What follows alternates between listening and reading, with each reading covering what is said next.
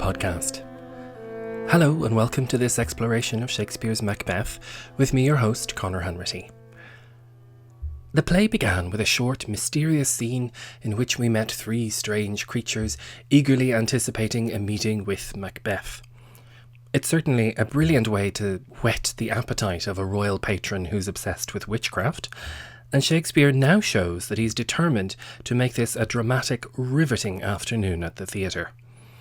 With an alarum, a big noise from within, we switch gears into a more military mood, with two sets of people meeting on stage. On one side, we have Duncan, the King of Scotland, and his sons Malcolm and Donalbain and a few others. Shakespeare might have been able to assume that some of his audience had read Holinshed's Chronicles, which give a detailed account of the grisly goings-on in Duncan's reign. A variety of revolts were underway. MacDonald was leading one assault, while Sweno, the King of Norway, is also attacking Scotland. MacDonald and Norway are the two key aggressors against Duncan. It's terrific if you know this before the show, but if you don't, you won't suffer too much. Duncan and his men are on the one side of the stage, and on the other there's a messenger, fresh from the battlefield, covered in blood. Duncan asks, "What bloody man is that?" He can report, as seemeth by his plight, of the revolt, the newest state. Now, whether this is confidence or cluelessness, Duncan refers to the various uprisings as a single revolt. This man, by the look of him, he's saying, can give the most up-to-date news. One very exciting aspect of the language in this play is the frequency of shared lines of verse. If you look at Shakespeare's earlier plays, something like Richard II, for example, there are long paragraphs of unbroken, evenly metrical iambic pentameter throughout. One character will say a line, another will answer with a full line of further verse. Over the course of his career, we see Shakespeare expanding and exploding the possibilities of dramatic verse. And Macbeth in particular has moments that feel like improvised jazz by comparison. Throughout this scene, there are lines shared between characters, and it gives a sense of urgency, of alertness and activity. Given that there's an active military campaign happening around us, a king under attack, this is no surprise. The king has asked who this bloody man is, and his son Malcolm answers. This is the sergeant, who, like a good and hardy soldier, fought against my captivity. Hail, brave friend. Say to the king the knowledge of the broil as thou didst leave it. Apparently, sergeant should have 3 syllables. This certainly makes the verse rhythm work better. Malcolm seems to have arrived only a little bit before this man, who saved him from being captured by the enemy. So he'll be in the king's good graces for protecting the prince. Malcolm seems already like a gracious soldier. He greets him well and thanks him for this service. And he asks the bleeding man to describe what was happening as he left the front line. And again, the captain picks up a line of verse halfway through. Doubtful it stood, as two spent swimmers that do cling together and choke their art. The merciless MacDonald, worthy to be a rebel, for to that the multiplying villainies of nature do swarm upon him. From the western isles of kerns and gallowglasses is supplied, and fortune on his damned quarrel smiling showed like a rebel's whore. But all's too weak. For brave Macbeth, well he deserves that name, disdaining fortune with his brandished steel which smoked with bloody execution, like valour's minion carved out his passage till he faced the slave, which ne'er shook hands nor bade farewell to him till he unseamed him from the nave to the chaps, and fixed his head upon our battlements. For a man covered in blood and presumably seriously injured, this is an amazing speech. But we are in a theatre that relies on vivid descriptions and evocative language. Messengers always tend to have great speeches.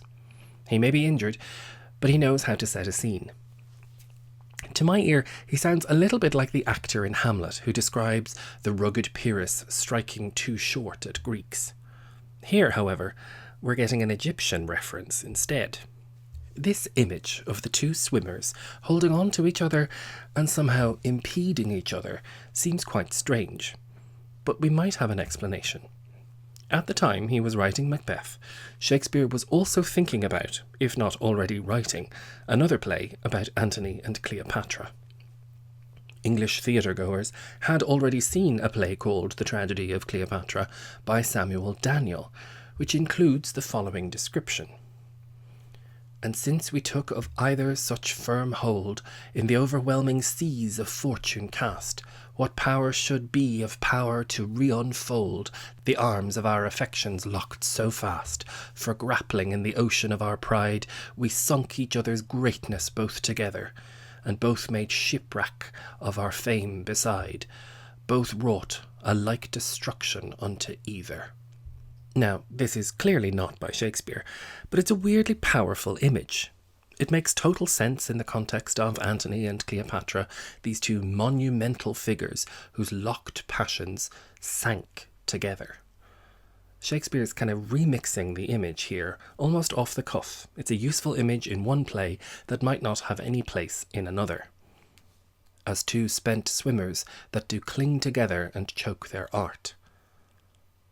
He's describing this battle as almost like a stalemate, that everybody's kind of breathless and just holding the line, but there doesn't seem to be anything happening or anything clearly about to change. The captain doesn't dwell on it, mind you. We get back to action pretty quickly. Our focus is sent back to the merciless MacDonald, who very much deserves to be called a rebel, since to that end the multiplying villainies of nature do swarm upon him. This is a baddie, who appears to attract villainies and evil deeds like moths to a flame. They seem to swarm around him. He, we hear, of kerns and gallowglasses is supplied from the Western Isles. Kerns were Irish foot soldiers, renowned for their guerrilla-style tactics, and gallowglasses were technically their Scottish equivalent, more heavily armed and notoriously sturdy. But I think the sense here is that they've all come from Ireland, which is, of course, to the west of Scotland. You wouldn't want your enemy to be getting fresh supplies of either kerns or gallowglasses. Things are not looking good if MacDonald has reinforcements. The captain continues, and fortune, on his damned quarrel smiling, showed like a rebel's whore. Some texts might say quarry instead of quarrel. Whether she's smiling on MacDonald's fight or on his pile of men, fortune seems to be smiling on MacDonald. Since the captain, of course, feels betrayed by this, he's on the opposite side, he calls her a whore for it. But all's too weak, he says. No words are strong enough to describe what happens next. For brave Macbeth, well, he deserves the name. There's much to do with deserving already. MacDonald is worthy to be a rebel, but Macbeth can deservedly be called brave. Pay attention to these kinds of language. Macbeth, he says, disdains fortune. He's ignoring something as trivial as fortune or luck. He takes matters into his own hands. And this again is something that will be of great importance in the play. The captain, messenger, takes a long time to get to the action here because he's laying out so many descriptions of things. Macbeth's sword smokes with bloody execution. We already know that it's a foul-weathered day and Scotland is notoriously cold. So, as Macbeth is attacking people with his sword, it would appear to smoke with the steam from this hot blood that is being released by it. It's a shocking image. Macbeth is described as Valor's minion. Now, valour is great courage. MacDonald may have fortune as his whore, but by contrast, Macbeth is the minion, or the favourite, of courage, perhaps with a capital C. We get this incredibly grisly description of Macbeth and his steel blade he's brandishing, literally carving a path through the enemy forces until he finds MacDonald. And when he does so, he doesn't stand on ceremony, he's not polite, he doesn't even say hello, he just slices him open from the stomach to the jawbone. And then he cuts his head off and displays it to the enemy army. For brave Macbeth, well, he deserves that name, disdaining fortune with his brandished steel, which smoked with bloody execution, like Valor's minion carved out his passage till he faced the slave, which ne'er shook hands nor bade farewell to him, till he unseamed him from the nave to the chaps and fixed his head upon our battlements. The reference to that actor in Hamlet was not accidental. There was an earlier description in Marlowe's Dido, Queen of Carthage, of King Priam getting similar treatment. Aeneas describes how Pyrrhus killed the Trojan king. From the navel to the throat at once he ripped old Priam.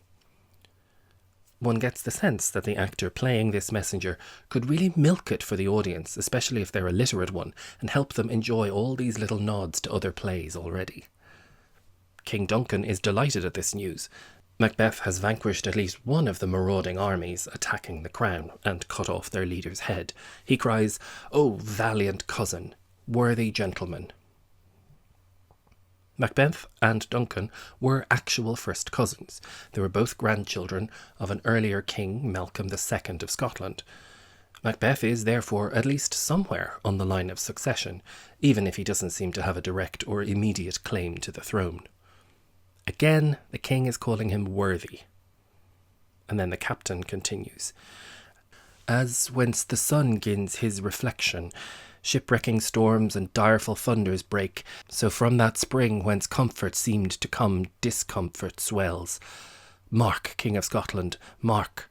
No sooner justice had with valour armed, compelled these skipping kerns to trust their heels, but the Norwegian lord, surveying vantage, with furbished arms and new supplies of men, began a fresh assault.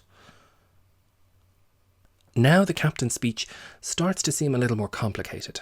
Some have suggested that this is because he's getting delirious from his injuries, and Shakespeare is showing him getting tired or bleary-eyed.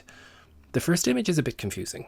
He seems to be saying that just as when the sun begins his reflection, perhaps this is an astronomical reference, using the word reflection to imagine the sun's path around the sky through the year, and how at certain times in this journey, storms and thunders can appear out of nowhere.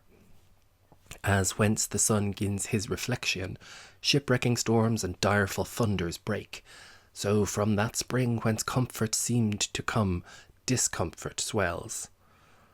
Just as they're starting to feel the relief of Macbeth's victory, more trouble brewed.